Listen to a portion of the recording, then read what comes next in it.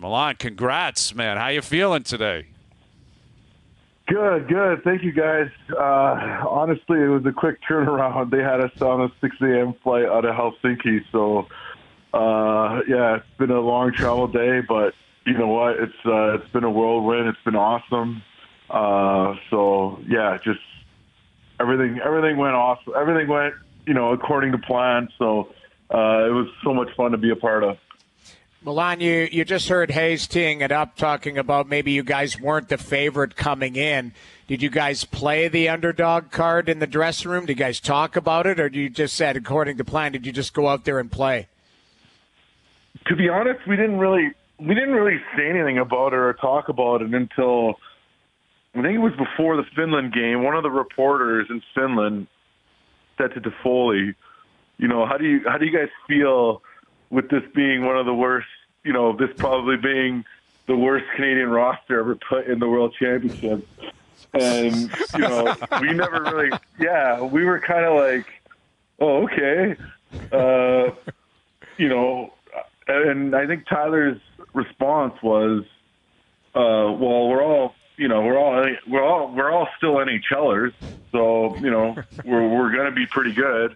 And, from the get-go, from when we met in Budapest, there was never really talk of us being underdogs or anything like that. We just kind of talked about just coming together and playing, Team Canada hockey, playing the Canada way and all that type of stuff. So, you know what? It was a really good group. Everyone came together. And you know what? What was the impressive thing was, we got better as a team, every single game, especially after we lost that Norway game.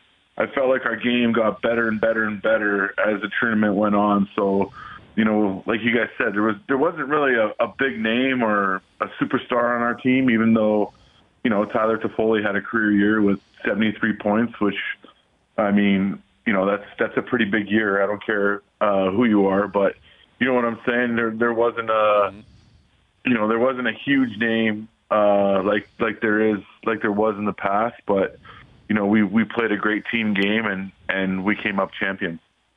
Luch, it's a dangerous game setting a 6 a.m. flight after a gold medal in Europe. Me and Noodles and Brian have been around the block before. You got to come clean and tell us how many guys missed that flight. Well, you know what? No one missed the flight because it's a 2-hour bus ride from Tampere to Helsinki. So we were all still partying in the hotel, and they basically said bus in 10. So we had a 2:15 bus. So everyone was still up. And we're like, oh, okay, I guess we'll just go grab our bags and jump on the bus and keep drinking on the bus. So that's how it all went down. So what you're saying is they basically poured the bus onto the plane. Correct. That's exactly what happened. Nothing wrong with that. Okay. Well, yeah, that is man. Like Europe, you could have been anywhere. Like I wouldn't like be Hayes, shocked. if it was 6 o'clock flight at the you got to find your way to the airport. There's 30% of the team not making it. I would think guys are scattered. Half the team's in Amsterdam already. You guys are in Paris. I'd say minimum 30. Exactly. Yeah. Well, we're glad you made it because then you could join us. I mean, who knows where you'd be if you missed it with Milan Lucic, who just won gold for Canada at the World Championships. And the crowds are wild over there. The rinks, they're a good size. It doesn't look like an NHL rink, but they're packed, and those European fans are going crazy. The Latvian fans are going crazy. What was that experience like? You've been in the NHL so long. You've played in every barn over here. You know what all the fans are like. How would you compare and contrast, an NHL game and the vibe in the rink compared to what you just experienced in Europe? You know what? It's awesome. It's hard to explain unless you experience it. What was pretty cool, our exhibition game was in Budapest, and we played in their brand new handball arena that held 14,000 people, and so that was pretty cool. And there's just something different when it comes to that national cheering. When a team's cheering for their nation, especially out in Europe. It's like, well, I mean, I shouldn't say out in Europe. I mean, when when there's international events here in Canada, you see in the World Juniors and all that type of stuff how how crazy the Canadian fans get. But you know what? It was pretty awesome. Like you guys said, I think the Latvian rink held like 9,600, and it was pretty cool. The first game that we played was against Latvia, and they're chanting Latvia and all that type of stuff. And to be honest, I would say the most impressive fans that we probably wouldn't think that would have been the rowdiest and had the most turnout was the Swiss fans. The Swiss fans actually had the biggest turnout, and they had the biggest crowds as far as all the countries that we played. And yeah, they just cheer differently. They don't boo; they whistle. Their way of booing is whistling. They think a penalty is not what we know as a penalty, so the fans whistle. Did you crush anyone and knock them into next week, and the ref was just awestruck and just put up his arm and said, I cannot let you get away with that? To be honest, I didn't because I was told, like even Zadorov told me before I went over that he got a 5-minute penalty for hitting a guy too hard. So I was just kind of going stick on puck and then, just rubbing guys out because of that. But yeah, you know what? That was for me. Like I said, it was the first time for me being a part of an international event. So to experience that, in 2 different countries or 3 different countries was pretty awesome. And you know what? I didn't really know what to expect going into a place like Riga. And I got to say, even all my family and friends that came over, I had like 14 people come over.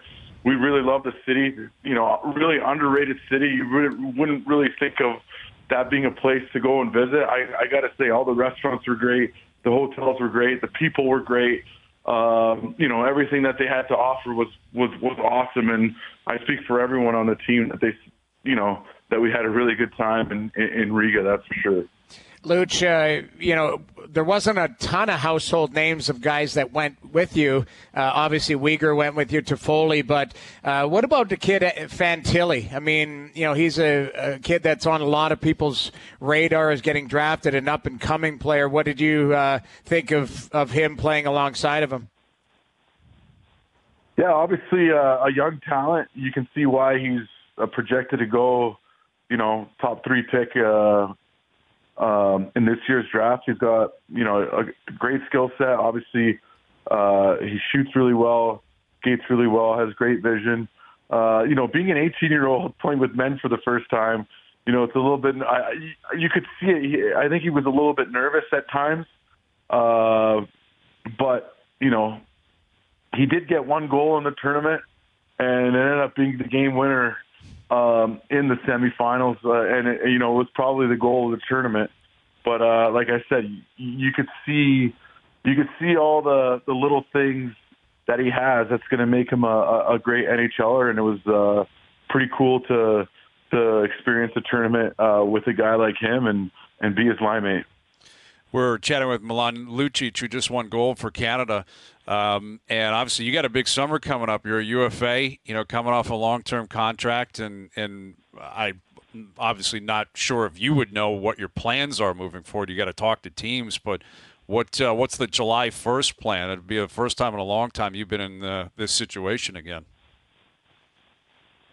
Yeah, it's, like you said, I'm coming off a long-term contract, so I've only been a part of free agency once in my career, so this is the second go for me. And obviously, my plan is to continue playing. It's one of the reasons why I wanted to go to the World Championships too, is I wanted to